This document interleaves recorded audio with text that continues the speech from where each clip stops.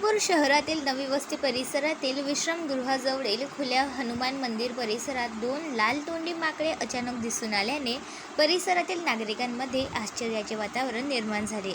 ही दुर्मिळ माकडे पाहण्यासाठी नागरिकांनी मोठी गर्दी केली।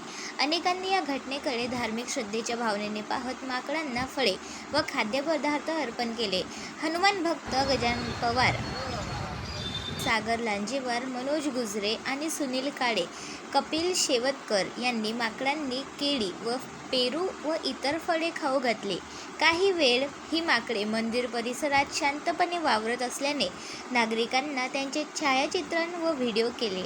वन्यजीव तज्ज्ञांच्या मते लाल तोंडी माकडे रिसस मकाक ही जंगल परिसरात किंवा झाडांची दाटी असलेल्या भागात आढळणारी प्रजाती आहे। मात्र अन्नाचा अभाव, जंगलतोड, वाढते शहरीकरण, पाण्याची कमतरता आणि नैसर्गिक अधिवास कमी होत असल्याने ही माकडे अन्नाच्या शोधात मानवी वस्तीकडे वळत आहे।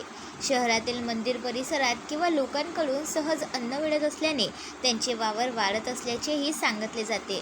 दरम्यान वन्यजीव हे निसर्गाचा महत्त्वाचा घटक असल्याने नागरिकांना त्यांना त्रास देऊ नये, छेडछाड करू नये किंवा पकडण्याचा प्रयत्न करू नये असे आवाहन करण्यात येत आहे। अशा प्राण्यांचा वावर वाढल्यास त्वरित वन विभागाला माहिती देणे आवश्यक असल्याचेही नागरिकांनी सांगितले। BC न्यूजकरिता मच्छिंद्र भटकर, आपण पाहत आहात BC न्यूज। आमच्या चॅनलला लाईक करा, शेअर करा व सबस्क्राईब करायला विसरू नका।